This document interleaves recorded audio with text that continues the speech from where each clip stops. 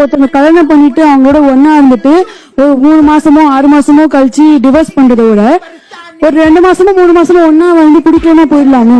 அது எதுக்கு கல்யாணத்துல முடிக்கும்? தாயே, ஒரு மாசத்துக்கு இவங்க கூட, இன்னொரு மாசத்துக்கு இவங்க கூட இந்த மாதிரி பேசுறதுக்கு உனக்கு எப்படி மனசு வருதுன்னு தெரியல. ஒன்று நீ ஹிந்தியில் பேசியிருக்கணும், இல்லை இங்கிலீஷில் பேசியிருக்கணும். ஏன்னா அந்த அவங்களுக்கெல்லாம் வந்து பார்த்தீங்கன்னா இந்த கலாச்சாரம் ரொம்ப பொதுவானது தான் அது.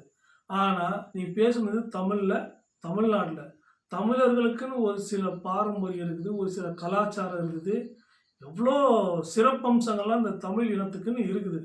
உலகத்திலேயே இதை வந்து தயவுசெய்து பார்க்குற நண்பர்களோ சகோதர சகோதரிகளோ யாராக இருந்தாலும் தயவுசெய்து கூகுளில் கூட சர்ச் பண்ணி பார்த்துக்கோங்க. உலகத்திலேயே ஒருத்தனுக்கு ஒருத்தின்ற பண்பாடை, அந்த கலாச்சாரத்தை கட்டி காப்பாற்றி கொண்டு வரும் ஒரே ஒரு இனம் அது நம்ம தமிழ் இனம் தான். புரியுதுங்களா? இதுக்குன்னு இவ்வளோ மரியாதை இருக்குது. எவ்வளோ கொச்சையாக பேசிட்டாங்க.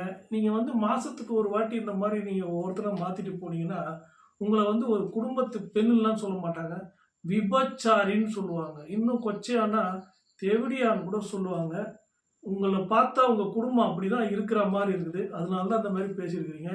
தயவுசெய்து சகோதர சகோதரிகளை தயவுசெய்து தப்பாக பேசியிருந்தா மன்னிச்சுக்கோங்க. இந்த மாதிரியான பேச்சுகளுக்கு உங்களுடைய செவிகளை சாய்க்காதீங்க.